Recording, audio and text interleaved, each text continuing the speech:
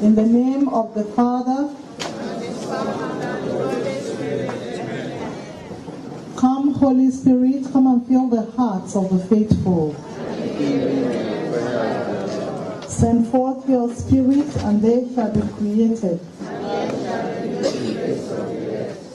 O God, whom by the light of the Holy Spirit instructed the hearts of the faithful, grant that by the same Holy Spirit we all gathered here will be truly wise and will forever rejoice in God's goodness, in his favors, and in his consolations, through Jesus Christ our Lord. Amen. Spirit of light, Spirit of light, Spirit of the living God, Spirit of the Most High God, in the name of the Father, of the Son, and of the Holy Spirit. Amen. For now, we want to look at a few words from Scripture. This last 2 weeks, we have been pondering Matthew chapter 5. And I want us to come down to the end of it, more or less.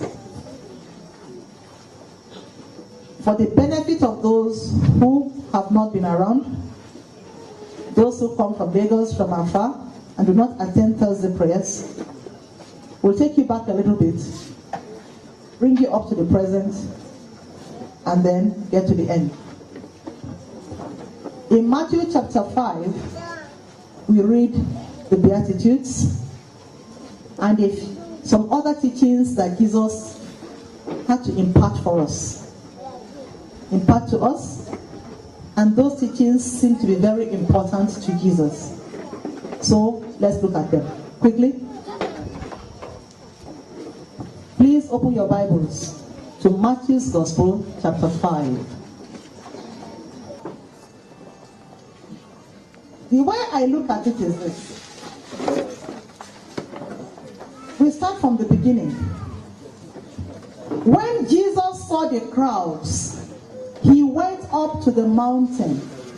He sat down, and his disciples gathered around him. Then he opened his mouth and he spoke to them. And this is the teaching he gave them. So, can you please, in your exercise book that you have on your notepads, write that the topic today is the teaching Jesus gave us. The teaching of Jesus. The teaching. And this is the teaching he gave them.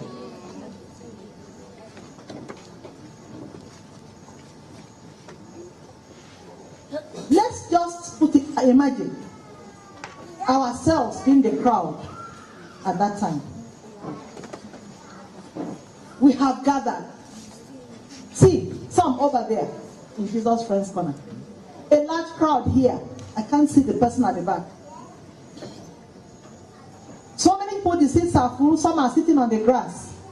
Down at the back on the way to Calvary. Our Calvary. Some people are on this side, under the tree here.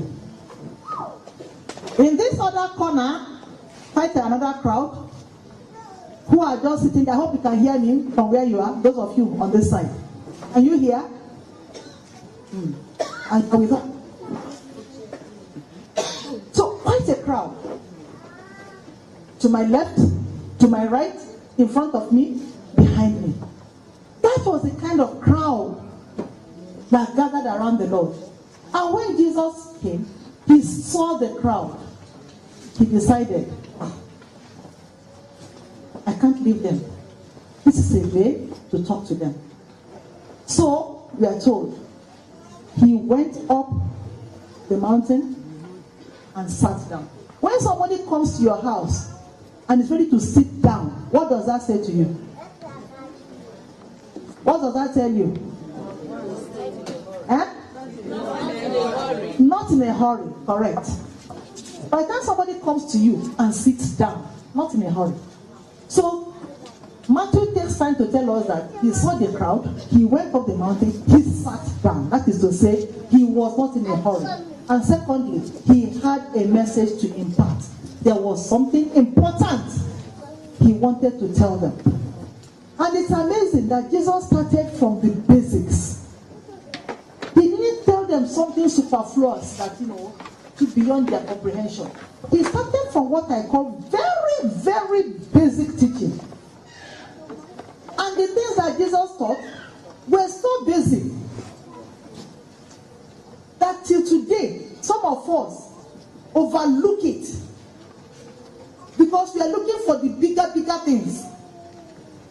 We want to read about miracles. We want to read what you call powerful statements.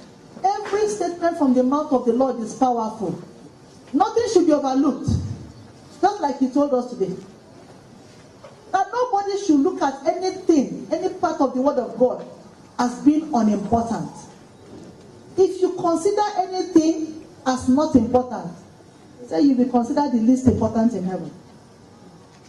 So some of us today take his words. This one are basic teaching. But take note that it was so important to the Lord that the people should learn the most basic. So he started from day-to-day affairs. Later on, he will be expounding to his disciples, his close followers, about the kingdom, bigger things. But like the good teacher that he is, and those of us who are in the teaching field, the education field, we know that in education we always say that we start from what? From the known to the unknown. Can you see Teacher Jesus? No wonder they call him Rabbi. He started from the known to the unknown. Look at what he was saying. He will say, you have heard that they said this, but I now say this. You have heard that they said an eye for an eye, but I am saying this other thing. You have heard that they said. You understand what I'm saying? Yes. He will start by telling them the one they have heard before, the one they already know, and then he now carries them to a higher level. So he goes from the known, what they already know, he states for them the one they already know, and then he polishes it and gives them a new version. The same in education as a teacher, you start from simple to complex. That's how you know a good teacher. But a bad teacher will come and just dump on you all his big superfluous grammar and theory and doctorates that he learned. But a good teacher starts from the known to the unknown, simple to complex. So clap for Teacher Jesus, the excellent teacher, the born teacher, the rabbi. Praise the Lord. Yeah. So today he brings his teaching to us who are gathered here. It's for us today now, because we are the ones listening to those words. And he now said, what did he have to teach? The Beatitudes. He began with the Beatitudes. All the blessedness, the things that make you blessed. Blessed. Blessed. Who doesn't want blessing here? Who does not want blessing? No one. If you don't want blessing, raise your hand. If you want blessing, hands up.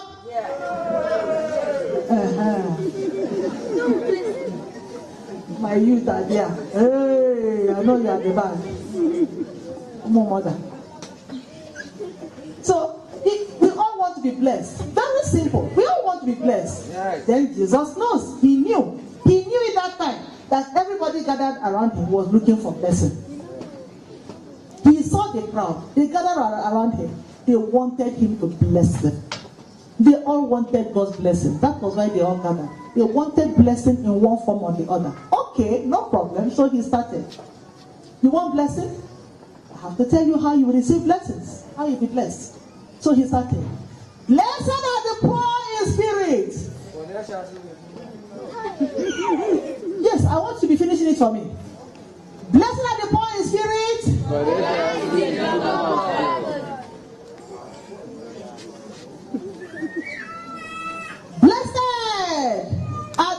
merciful. For they shall obtain mercy. Blessed are the meek. For they shall be saved.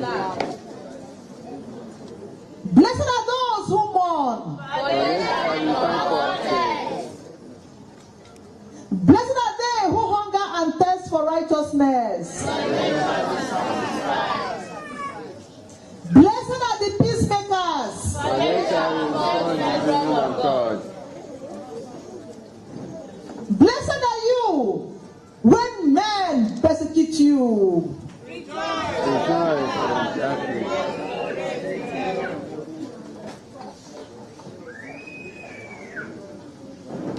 Etc. etc. Do you know what he was trying to do? Do you know what he was trying to do? The way I see it, very simple. It's the kind of thing I do here on Christmas Day. Those who come here for Christmas. After we have all eaten and our stomachs are full, and we are finished dancing, and I know that the merriment has entered our heads, and we are about to close, I take all the remaining sweets, and I do it like this. Whoa! I press in the air. What do you all do? You scramble and pick whichever one you can find. Then I throw the biscuits. Oh, everybody's running with joy. I look at these beatitudes, and that is what Jesus has done. You want to be blessed? Okay. Behold blessings. Boom! He throws it. The one that is your own, pick it. That's simply what is done with them. You want blessing? I will tell you how to be blessed. So, he reels out all the blessings. He throws it. It's for you to know. And pick your own. So, you want to be blessed? You want peace? You want satisfaction? Very simple. Thirst for righteousness and hunger for righteousness. Then you'll be satisfied. You want to be called a child of God? And your name is not just called child of God on earth, but your name even written down in the book of life as a child of God, a children of God. What did he say you should do?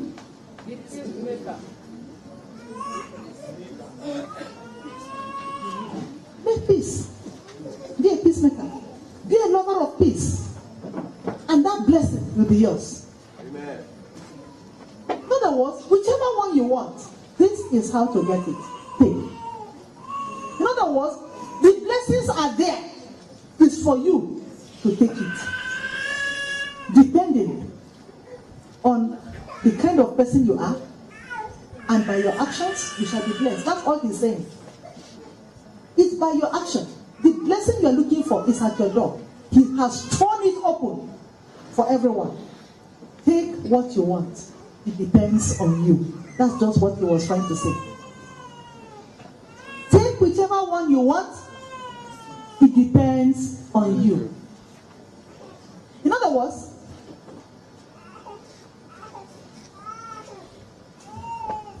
if you know you want the kingdom, this is how to get there.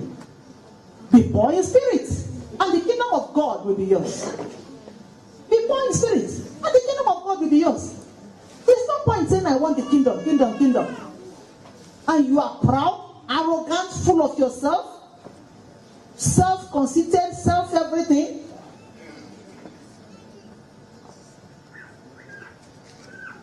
Lacking humility. In fact, talk about somebody who is swollen-headed and swollen inside with arrogance and pride, and you are talking about the kingdom. Forget it. So, you want the kingdom. This is the solution. He throws it to you. Take it or leave it. This is how to have it. Blessed are the merciful. They shall obtain mercy. So you want mercy? Oh, the blessing is there for you already. But the condition is, you should also be what? Merciful. That's all he did. So sometimes we look at the Beatitudes as if it's one big thing. Yes, it is a big thing, but it is also made easy for us. When I call them Beatitudes, the blessings, I also look at them as what I call the bees of Jesus. What do I call them? The bees of Jesus. The what? The bees of Jesus. If you know that, you will not allow the devil to take the word. It's just what it is. I call them the bees of Christ. Why do I call them the bees? The Beatitudes tells us what Jesus wants us to be.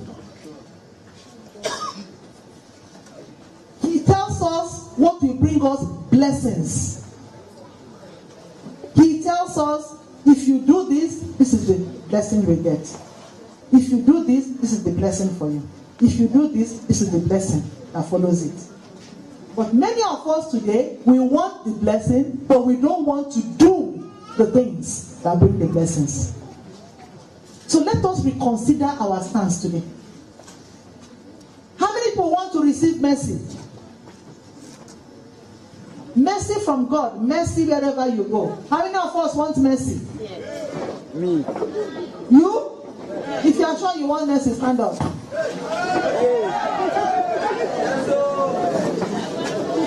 If you are sure you want mercy, stand up. Now, where you are standing, examine your heart. Listen to the condition for receiving mercy. What's the condition? What's the condition Jesus gave? You yourself be merciful.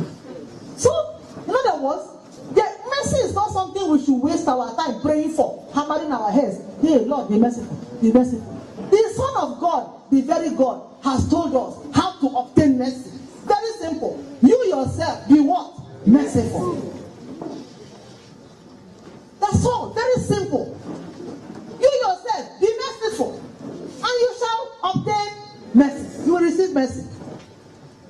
Jesus did not say, blessed are those who pray for mercy, they shall obtain mercy. Did he say so? No. You see how we all read our Bibles upside down. Jesus did not say, preliminary teaching of Jesus, Matthew chapter 5, one of the preliminary teachings, the basics. He didn't tell us, if you want mercy, pray for mercy. Please search your Bible well and show me where Jesus said that if you want to obtain mercy, you should pray for mercy. If you can find that chapter in the Bible, show it to me. Anybody? No. No, search well. You didn't search and you are saying no. Everybody. Theologians, everybody here, maybe we should refer to Father, because Father has been to the seminary. He's been a priest, spiritual director for. Let's see, Father, please tell us. Is there anywhere that Jesus said, blessed are those who pray for mercy? No. They shall obtain mercy. Did he say so? No. That is why I'm sorry for myself and for everybody. Because many of us are spending endless hours praying for what? Mercy. Mercy. Mercy. Pray for mercy till tomorrow. And you don't simply obey the basic teaching of Jesus. The first time he sat on the mountain to talk to the people, to the crowd, he told you how to obtain mercy. Blessed are the what? Merciful. They shall obtain mercy. Very, very simple. The mercy you are looking for is in your hands to obtain it. You go and show mercy. Be merciful, and mercy is yours. It is not by praying endlessly for mercy that you get mercy. You have to be merciful. If you pray till tomorrow and you don't show mercy to others, you are not merciful yourself. You will not receive mercy. And Jesus said this in the Beatitude, and he said it again in the Bible. He told us another story to support this preliminary teaching. He taught this in the very beginning. And later on, he also told us the story of that man. You remember that steward? You remember? Yes. That owed the master so much. And he pleaded for mercy, and the master pardoned him. And once he was pardoned, he turned around. What did he do? He grab another person that is owing him and refuse to show mercy. Do you remember that one? Yes. It became of him. What happened to him? Even the master that had pardoned him now told them to catch him and do what? Of course. Why? Even the mercy he received was removed, taken from him, cancelled, because he refused to show mercy. In that passage, Jesus is telling us this thing that he had said in the very beginning.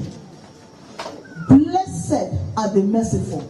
The blessing called mercy is a blessing. It will only come to you, though, even though it's a blessing, you will only have it if you yourself are merciful.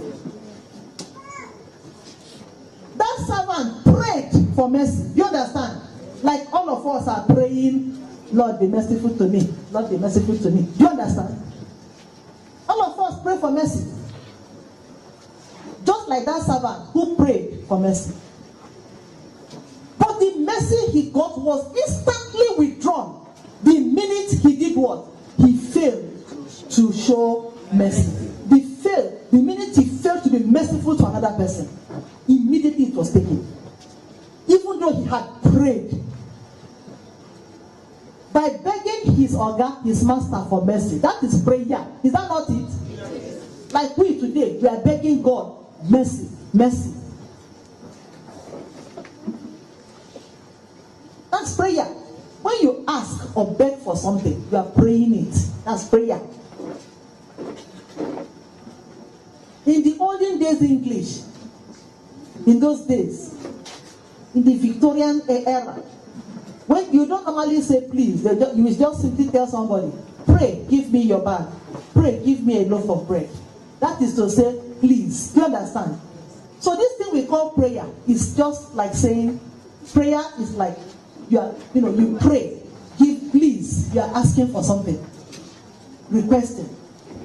So in those days they will say, pray, hold me excused. I cannot come to your party. That means, please understand that I can't come. It's a form. So that is where the word prayer came from. Pray, hold me excused. I can't be at your party. Or pray, give me your bag. Or they go to their Lord or Master and say, pray, give me audience for 2 minutes. I'd like to talk to you. I pray your, or they say, indulgence. It's a form of speech, meaning please. So while we are sitting before God day in day out, shouting, please God, have mercy on me. Pray, good Lord, pray, we pray. We pray you, oh Lord, have mercy on us, have mercy. And you don't show mercy. You can't receive mercy. So that's what he's teaching. And what he said in the beginning, he said later with a parable, with a story to support it. What he said in the beginning, the Beatitude, he said later. And yet, we read our Bibles, we cannot see, we can't hear. What is obliterating our ears? What's covering our ears and our eyes that we read and not understand? It is the devil making us to read the Bible and we can't understand. And we are doing what he didn't tell us. As if there's another God that we are waiting for.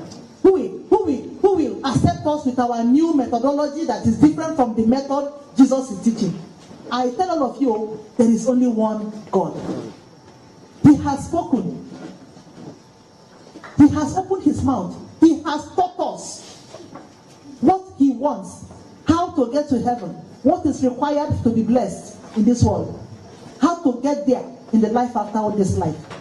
And if you don't want, and you are creating all your own new ideas, maybe you want to create a new Bible or a new religion that is different from that Jesus came and showed us the way to the Father, or another kingdom is where you are going, or there's another Jesus that will lead you to the Father's throne, apart from the one that has told us all that it requires and what he wants.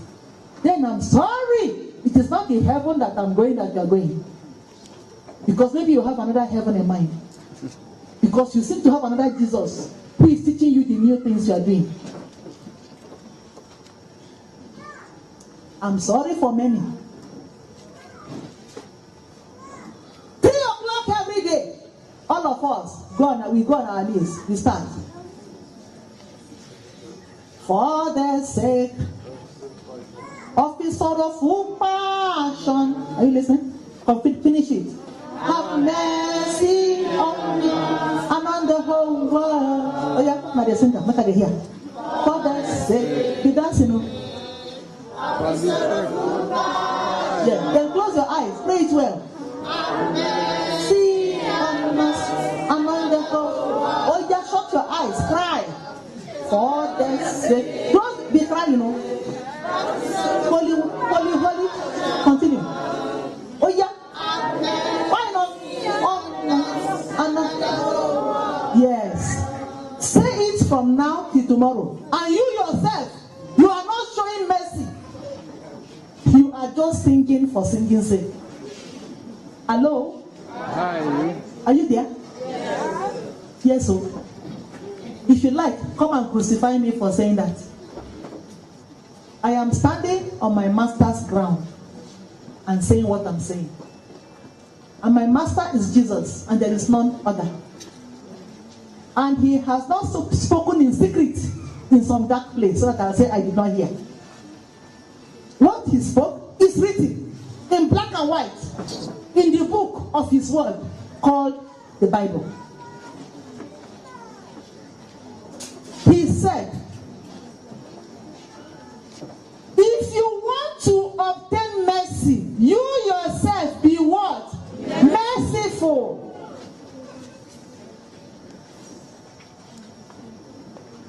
So while you are praying, for the sake of certain passion, have mercy on us. For the sake of certain passion, have mercy on me. For the sake of...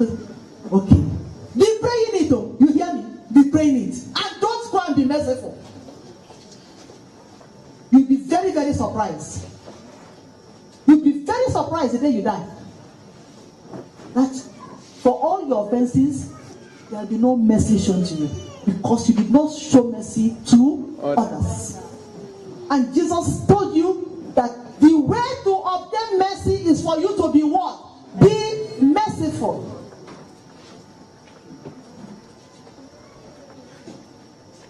Gratitude said so.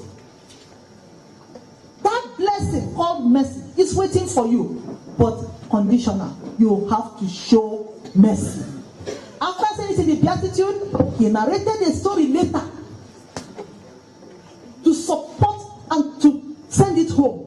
And still, all of us are going about as if it is not in the Bible. Just saying long prayers and forgetting the very simple thing that will put mercy in your plate for you. Very simple. Praise the Lord. Hallelujah. You want to be called children of God? Do you? Yes. Children of God, stand up. Children of God, will you stand and shout hallelujah? Shout hallelujah to the Lord 3 times.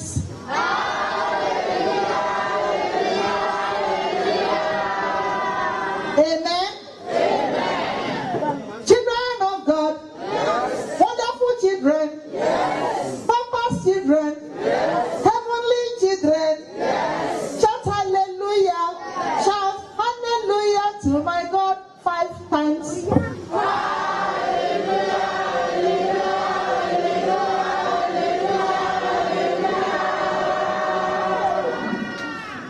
Hallelujah is a heavenly language. I know this, so it's a heavenly language. Hallelujah. It's a heavenly language.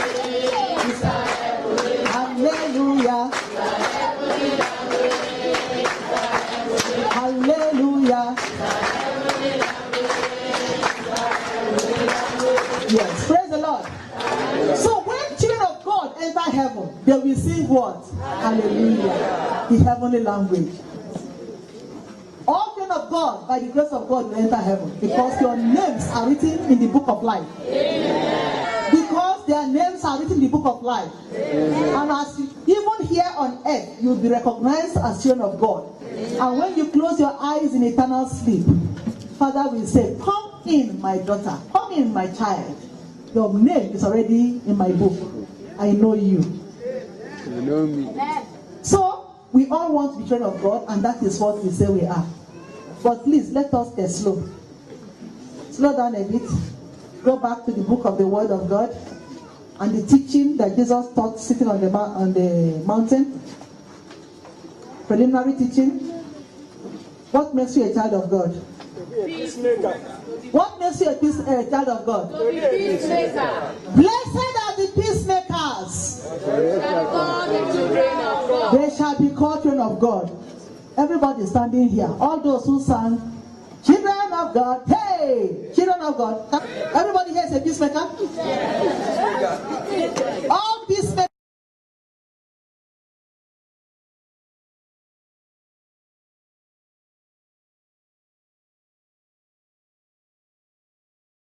You have to hunger and thirst for justice.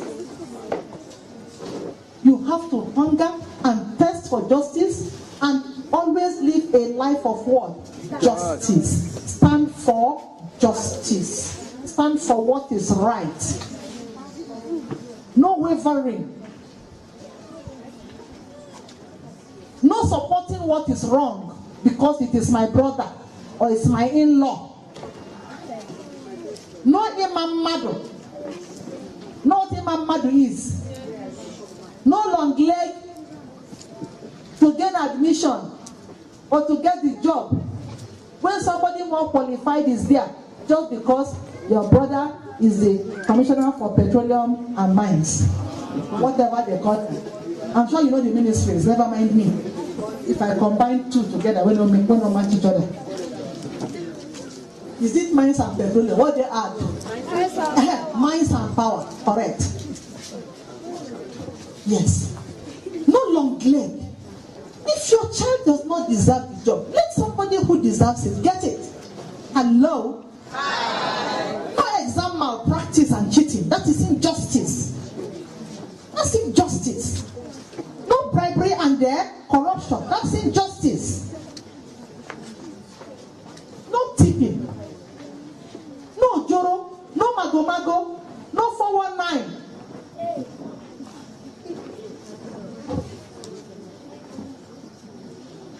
No converting your neighbor's goods. Those are the acts of injustice. Converting your neighbor's goods, taking your neighbor's wife, taking your neighbor's property, etc.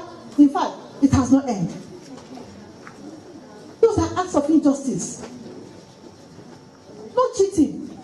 No going to China as the businessmen here. You go to China or Taiwan, wherever you go to, and tell them to make inferior quality spare parts or medicine or tiles or whatever you are selling or pipes. They make the one that will deflate if you put the tile inside the ground. You come back, you tell us it is good time. That is injustice. You collect our money. That's stealing. Injustice.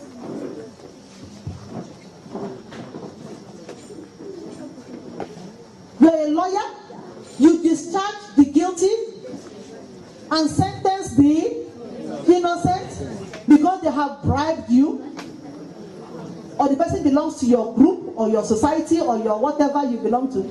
I mean, injustice. And you are singing that you have Jesus, you are satisfied. You are just singing. No? You are just singing. You are only just wasting your saliva. That is just a song. Please enjoy the melody, but not the effect and the power. Because if you have Jesus in your life, you will be just. When you are singing, you are satisfied. Check your heart. Are you living a righteous and just life? And are you also trying to see in your neighborhood that justice is done? If you're a teacher, a principal, justice must be done.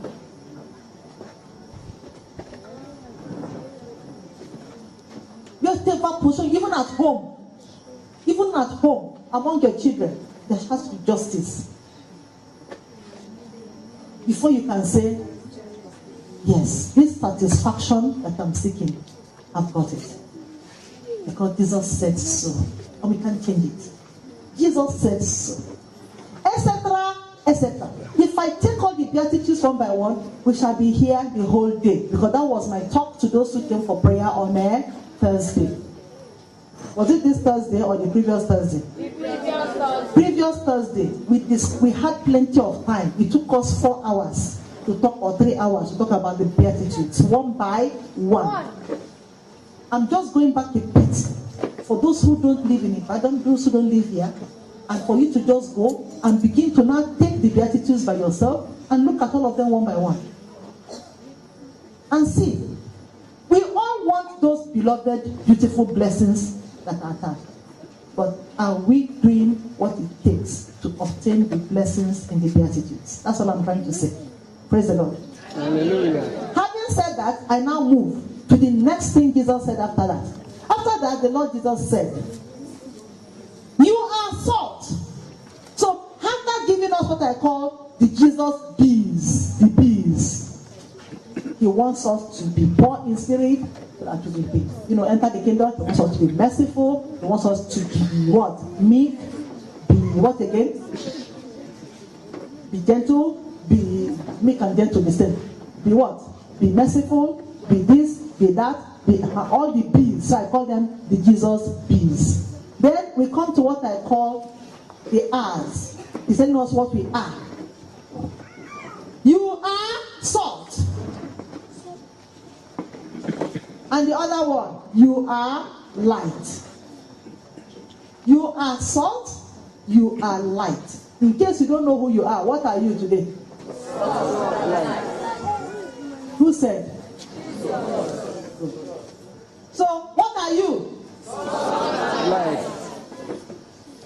Ask yourself, am I salt? What is the work of salt? Hello? What's the work of salt? It gives flavor. It gives flavor. One of the gifts that Mother brings to us every night video is favor. And when the gift comes to us, it looks like salt.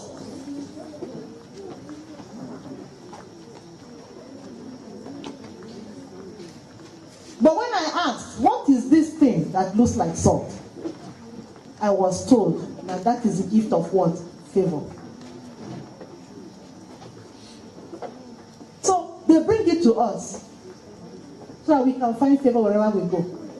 But Jesus says, you are salt. You are salt. I am salt. You are salt.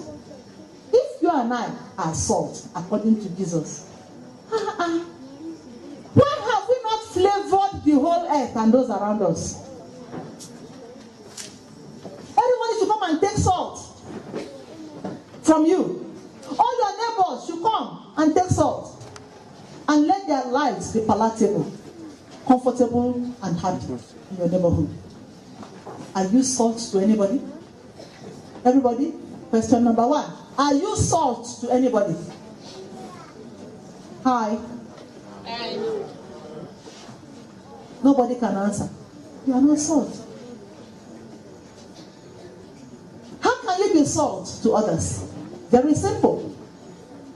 When people begin to tell you that, anytime I see you, I am happy. In that person's life, you are salt. Do you understand? Yes. When anytime you go for meeting, the day you are not there, people will not say you're not there because the meeting will not go well. You know that you are salt.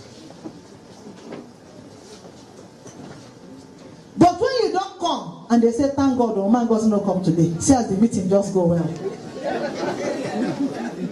That is a sign that you are that salt that has lost its taste and should be thrown away. You are no longer salt.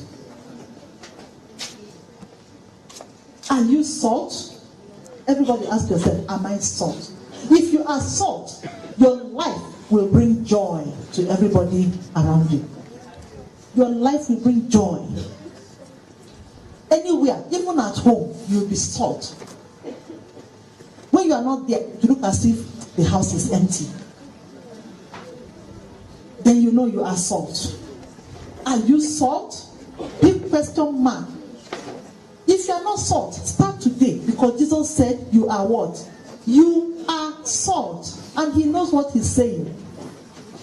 But if you are that salt that has lost its taste, please, just go and throw yourself. Now me talk so. Jesus said, when salt has lost its taste, of what is it? He said it should be thrown away.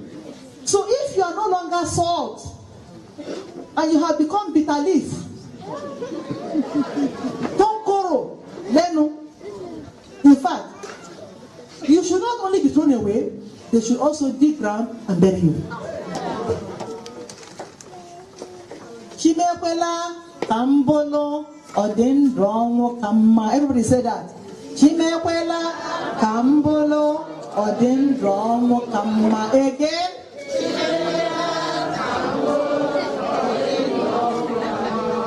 May God not let me be somebody where they are alive, where the body better person. That's the meaning of that song. Because that is like salt that has lost its taste. You are there and just turn yourself into bitterness. Instead of something that will flavor the life of everybody around you. The life of the family, the life of your neighbors, the life of the society you belong to, the life of your parish. Even your parish will be flavored by you if you are salt. Bringing joy to others. Do you bring joy? You get joy. Nobody who get joy will give joy to others. Some of them are see their face. Their face bitter. Everybody, choco. And they walk out for road. You know what I call them? And they go, you know who are those Bam Kangwai people? You know them? In Lagos, we call them Bolekaja. Bolekaja, the name of Moto, but they name them Bolekaja because people that enter Bolekaja, they are forever fighting. Come down, let me fight. That's the meaning of Bolekaja. Come down, let's fight. Bolekaja. Then go fight inside Moto. Stop for us. Come down. I haven't finished with you. I deal with you. Come down, let's fight. Because they are struggling to enter. Everybody wants to be. So come down, let's fight. There are some who, instead of being salt, their name is what? Bolekaja. Everywhere. In Igbo, Wekankwe.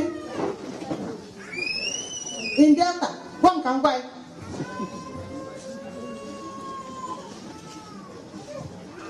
Nobody listens to the other. There are houses where everybody is salt that has lost its taste. At a papa, at a mama, at a children. No salt for house. No salt.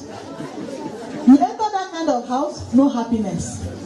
They don't laugh. Have you ever entered some homes where they don't laugh? Have you ever seen them? Yes. In fact, I would like some of you to ask yourself, when did you and your family laugh together last? It's an interesting question. It looks like a small question, but a very important one.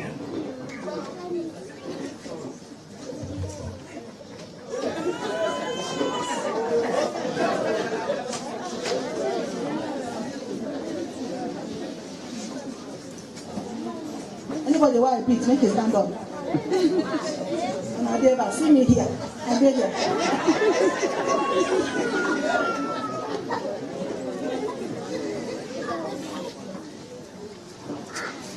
In some families, the salt is what? Gone. No, let's think properly. You know, I'm talking. You are laughing. But please, you are laughing here. You laugh at. When did your neighbors hear laughter last? In your family. Everybody's face, takoko, serious. Nobody is salt. Pray that somebody should be salt in the house. And pray that you will be the salt. Amen? Amen. Some families, there's no joy, no happiness. The only time you hear them talking is when they are discussing business. Only business issues bring them together. The husband comes home. Why is your face like that? Mama, because please, container man double on my papa. This thing, in fact, is disturbing my peace. I've been going. How many times will I go? They say bring 10,000. I give them 10,000. They say bring. Man goes thinking, what? Sorrow, bam. Anytime you enter the house, you can only think of business to talk about. You have used business to make your salt tasteless. Mama Ngozi too, all she knows is to demand money. She don't take money, kill the salt. No more taste. So while she's demanding money, Papa Ngozi is complaining about money not coming because container is stranded. What? How can they laugh? Sorrow meets sorrow. The next thing is misery. Ojukoko, everybody, takoko. Even when they put it on the table, they will be eating as if to say, there's no food. They can't laugh. Please, this thing I'm saying, is it true? Yes. Just check your environment. No smile, no joy. No salt, no flavor. No flavor. Salt gives taste. Makes the food palatable. Make your homes palatable. Make your families habitable. Make your environment happy environment. Bring joy. Bring laughter. Flavor the air. That's what Jesus is saying. You are salt. Lend a helping hand. Be salt. Do good. Bring joy to others by your good works. By your works of mercy and charity. Be salt.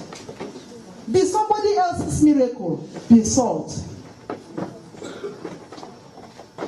Be the reason for another person to say, I am alive today because of this person. That is how you can be salt. Let somebody say, if not for this woman, I would not die. Then you know that you are giving that person salt. Giving somebody, making the person want to be alive.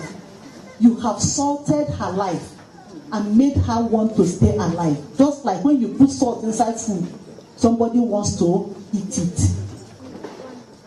Be salt. I don't mean you should go and buy salt and rub on your body. Be salt. You are the salt. I didn't say go and buy salt. Be the salt. Be the salt of your neighbor. Be salt. Be salt. Kilo day.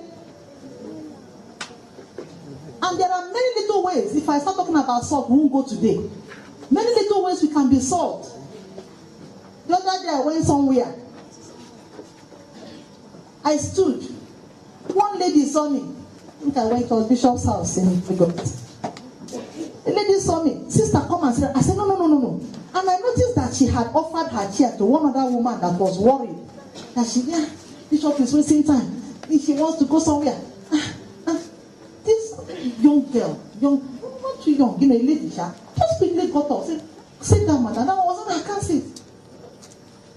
When I came to, she got up again. Sister, sit down. I told myself,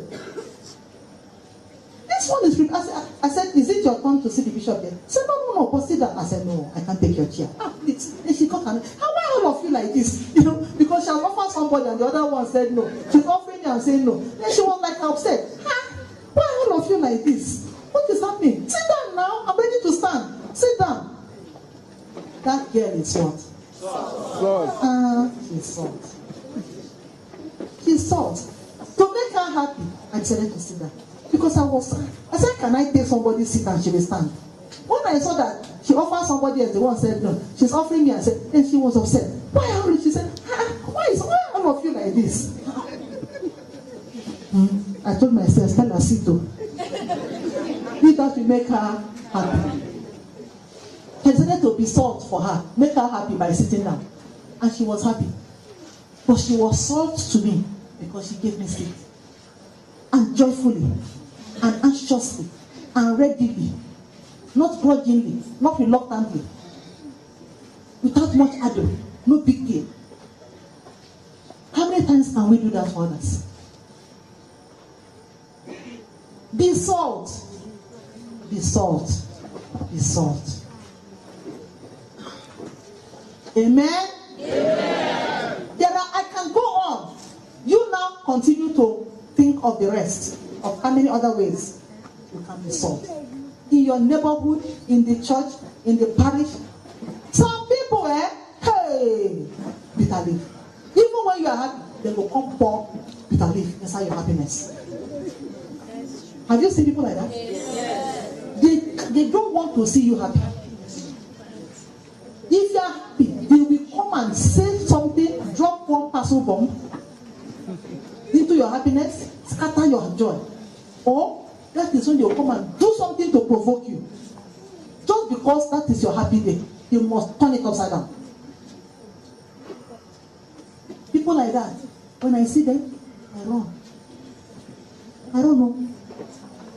Because they carry bitter leaf for body and for heart. And no matter how you try, you can't make them happy. You can't make them happy. You try, something is wrong somewhere, and we don't know who will help them except to pray for them. Praise the Lord. Hallelujah. The salt. We go to the second one. What did he say? You are light. Let's be light. The master has told us we are what? Light. He didn't tell us we are darkness. We are light. And he told us, nobody light lamp and put it under a table. You put the light where others will see. That they will see with your light and walk in no longer in darkness, on the right track. Are we light? Are we light?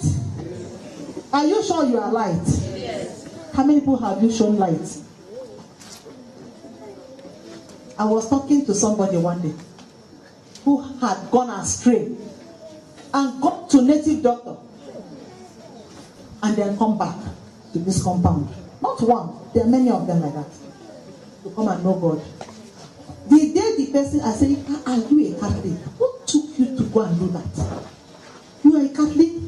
What made you do it? The person just says, Mommy, let me tell you the truth. It was a fellow parishioner. After Mass, the person saw me. What is the matter? I've noticed this and that. That she thought she was talking to a Christian mother. And that after sharing her problem, the woman said, there is a place that I will take you to. This thing I'm telling you is true.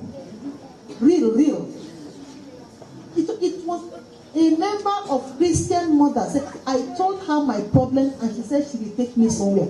The person said, because the woman was Christian mother, he was convinced maybe taking her to a priest or some.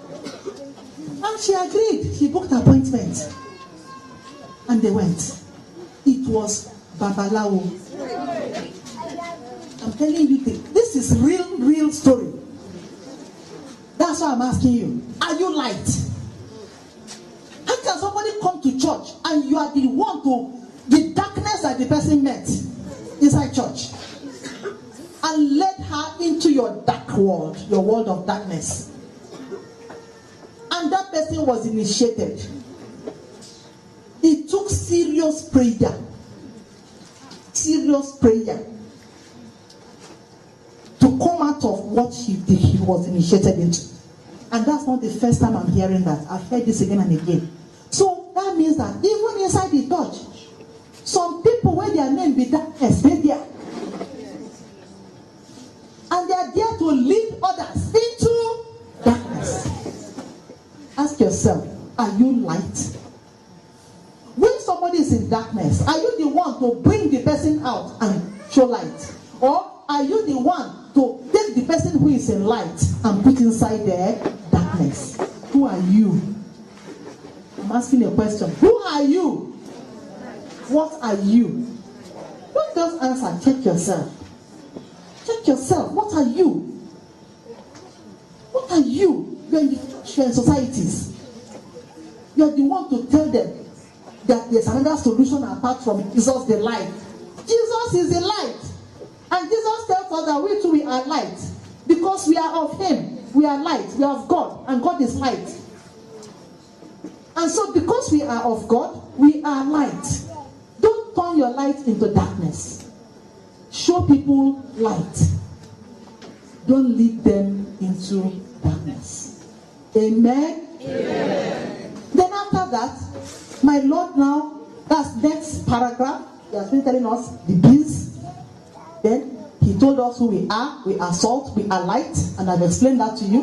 Then after that, my Lord continued and gave us what I call the don'ts. He gave us what I call the what? The don'ts. Everybody, to your Bible, tell me what the don'ts are. We'll do that together. He has given us the P's. That is what we should be. Be merciful. Be humble. Be this. Be peacemaker. Be. Then he told us who we are. Light. You are this. You are that. Then he now gave us, after that, it is followed immediately by what I call don'ts. What are the don'ts, everybody? We want to summarize it. The don'ts. I think I should go to this other side. Don't swear. Correct. We must not swear. By anything, whatever it must be, don't swear. Some will say, I didn't swear to heaven, no. I'm swearing by my head. Jesus said, don't even swear by your head. You are not the owner of your head.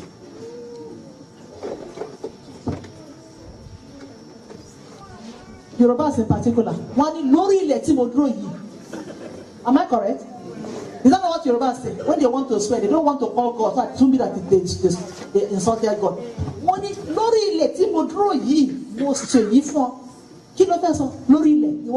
Are you the owner of Ile? So Jesus says, don't swear with your head and don't swear even by the earth. Because the earth is God's footstool. The simple shortcut is don't swear. What's the other don't? Correct. Don't be angry.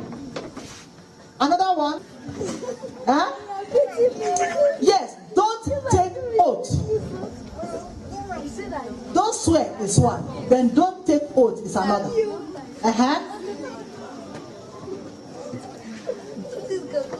Don't look at a woman lustily, correct, to possess her. I think I talk, say Dolly go. They don't go. Now they're answering. What should you not do? Don't. That means don't do what? Don't hate your enemy. Love them, correct. What again?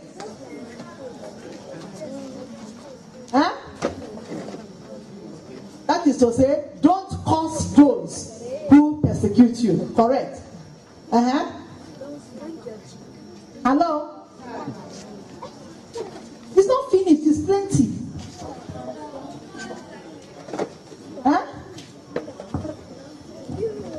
Yes, in other words, do not talk for yourself. Do not revenge. When they say don't pay evil with evil, all it is saying is don't revenge. Don't revenge. What again should we not do? The don'ts. Yes. Go the extra mile. Don't resist the one who is evil. If he asks you for one coat, give him two.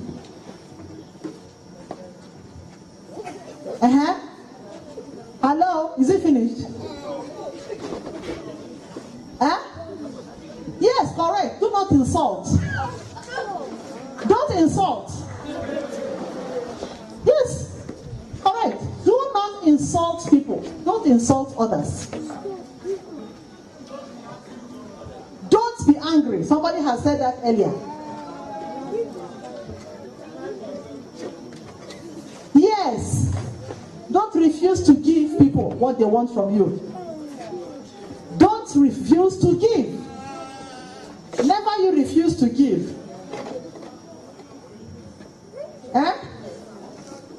You know many of us refuse to give. You'll be going on the road, a beggar will be standing beside you asking for alms. We have been told, do not refuse to give to anybody who asks from you. So where do we Christians get this thing about a beggar is begging for alms and you just roll up your glass? And you want to go to heaven. You see this heaven, eh? Ọ̀nà ìgbàgbọ́ dùn o.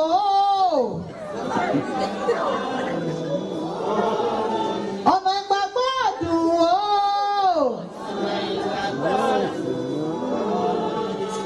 Ara ẹ̀ múra sílẹ̀ o. Ara ẹ̀ múra sílẹ̀ o. Ọ̀nà ìgbàgbọ́ dùn o. Ọ̀nà ìgbàgbọ́ dùn o. Ara ẹ̀ múra sílẹ̀. Ṣùgbọ́n ọ̀nà jìn for many of us. The way seems to be very long. That song is saying that ọ̀nà ìgbàgbọ́. The way of the faithful, that is those, the faithful, you know who the faithful are? You know they call us Onibagbo. We Christians, what they call us? Onibagbo. Because we are people who profess faith in Christ. But it is not an easy road. And that song says, better get prepared. Many of us are not prepared. We're not prepared. And we are losing little opportunities. That's why I said Jesus' teachings in the Bible today are very basic things. He didn't teach us big things that are too far. He just treated us like little children. By coming down to the grassroots level, things like don't be angry, don't insult people, don't refuse to give somebody who asks from you, don't look at somebody lustfully. Little things that we do every day. That was where he started. And those little things, for us, they are mountain. We can't even do them.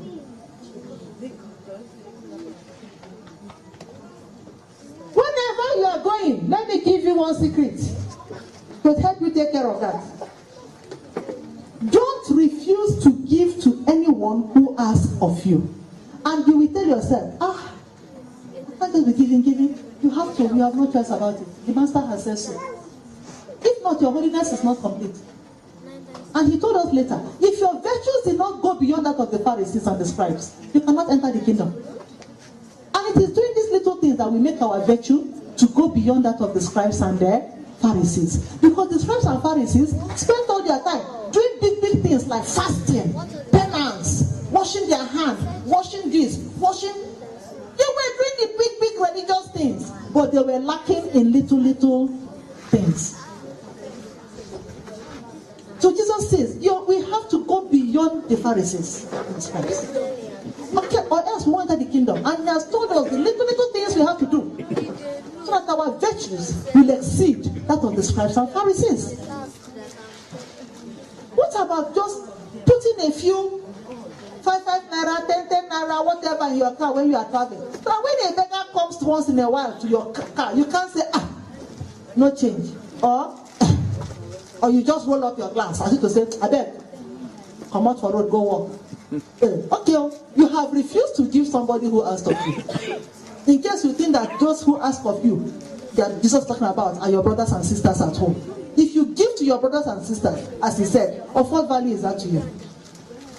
If you give to those who give you, what value? That poor man on the road, hanging his hand, put 5 naira, even if it's 1 naira, put something. Don't let anybody who comes to you asking for something go empty-handed.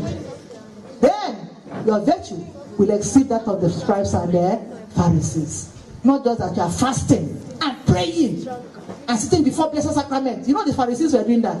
They go to the temple, stand there, pray. Many of us have become Pharisees today. We will go to the chapel. What's it called? Chapel of adoration. Stay there, pray. Hours, sit there with Jesus for hours. You come out like this. One poor man is asking for 1 naira, 5 naira. You just close your door, roll your glass. Hey, Pharisee. What's it called? I said what? Pharisee original. You don't know it's a test. The Jesus you are adoring for 2 hours in the chapel of adoration has come in form of a poor man to see what you will do. You were there singing, Jesus, I love you. All I have is that. Yours I am. Yours I want to be. Jesus, okay, I will see how much you love me. He takes the form of a poor man, stands outside, or waits for you at Bodija when you are passing on the road, and says, Ejo ma, Ejo sa, Ejo. Look at him head to toe. Just roll your glass. You want to go do? Because you came out and couldn't see Jesus standing on the road, and you were adoring. Who were you adoring? I've told all of you.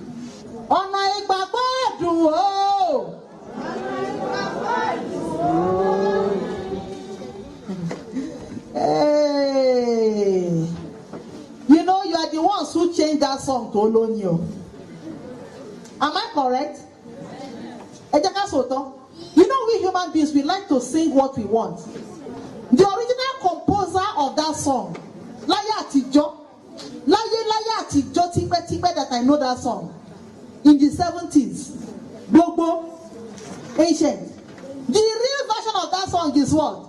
Ọ̀nà ìgbàgbọ́ ọ̀dùn ó léwu. Wọ́n change it, see, Olóyin, because that's what you want to hear. So that you will sit down and be licking honey and be going to head inside honey. Olóyin, Oyin wo lóní? Which Oyin? Ọ̀nà ìgbàgbọ́ ọ̀dùn ó ṣe kí ni? Ó léwu. That is the original version. When that song was composed in the beginning, it was what? In the 70s. It was Ọ̀nà ìgbàgbọ́ ọ̀dùn ó léwu. Who knows the meaning? It's meant to remind us that to get to heaven is not an easy task. But people decided to, human beings, the modern generation, they don't want to hear about difficulties or hardships or sacrifice. So they changed it to Oloni. That the way to heaven, the life of the faithful is honey. It's not honey. Which honey did Jesus lick on Calvary? Was he licking honey on Calvary? Or in the Garden of Gethsemane, he was licking honey. Which is that what Jesus taught you? That the way to heaven is honey. Which honey? That's what we want to hear. And that is why we're in a state of decadence. We don't want to face reality, even of our faith.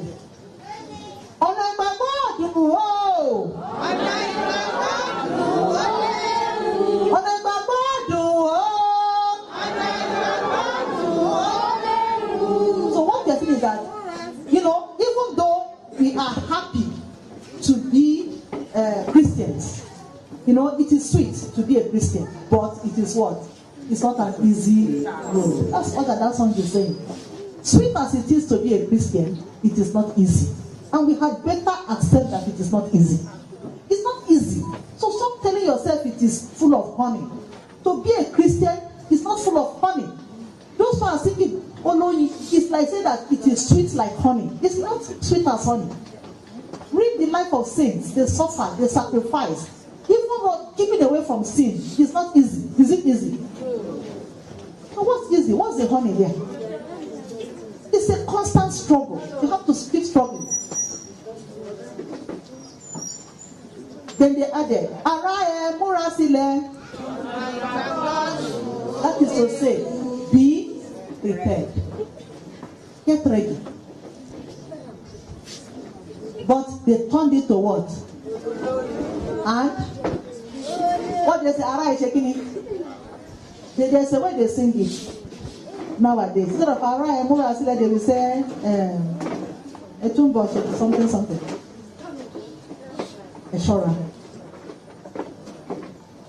So we have looked at Matthew chapter 5. We have summarized it. We have looked at all the bees that bring us blessings. As Jesus called us, light, salt. Then we have looked at the things he taught us, basic Christianity. I call it basic Christianity.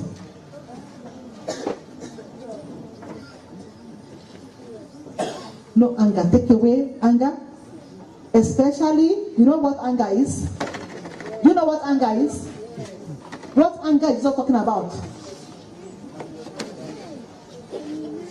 What anger is talking about? You don't even know. Anger is a reaction to an external stimulus.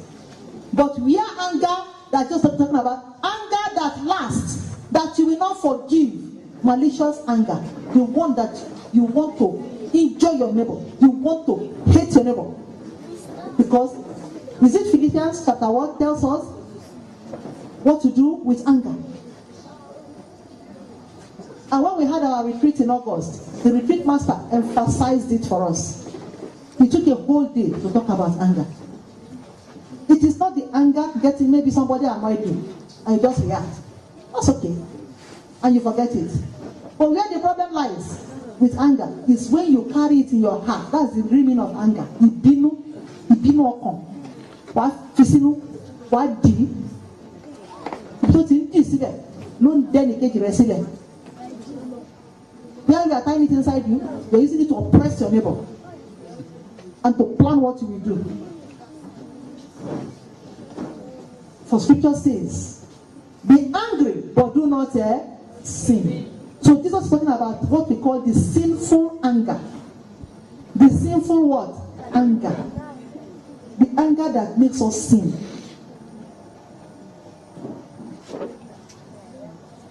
Then don't insult your neighbor.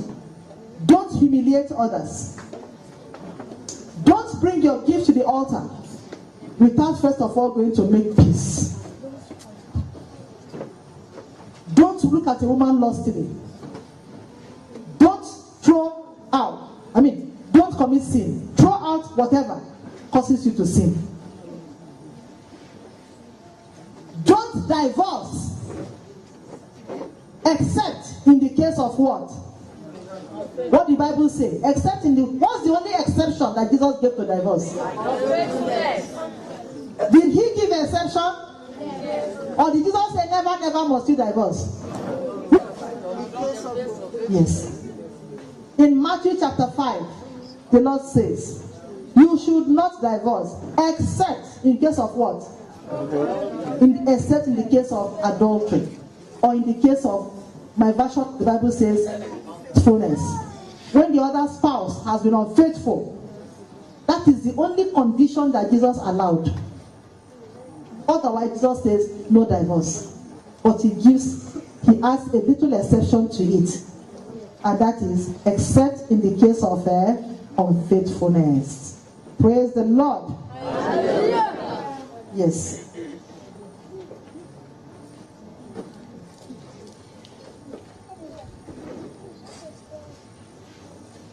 We are looking at Matthew chapter what? 5. Verse what? Verse 32. Matthew chapter 5, verse 32.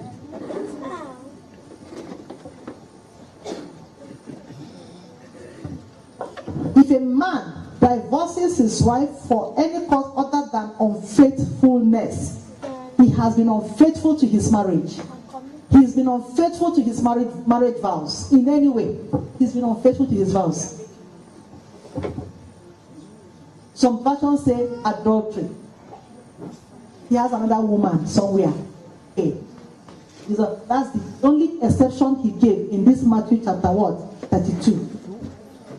Otherwise, no reason. Not a person of, you know Sadi cook, go back to your parents. Or she's too quarrelsome, go back. You're two of you married, stay there and be fighting.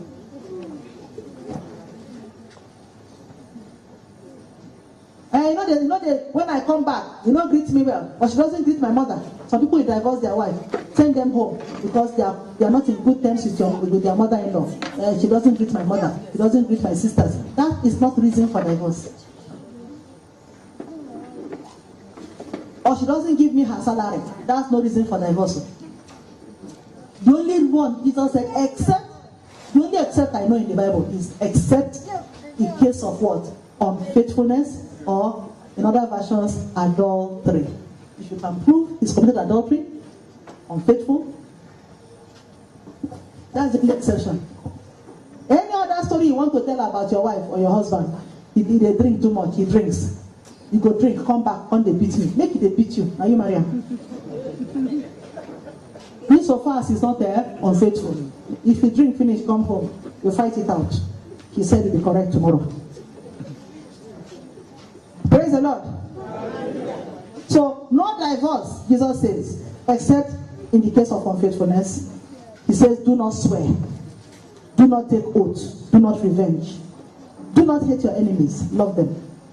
Then he caps everything up by saying, be perfect as your heavenly Father is perfect. Clap for Jesus.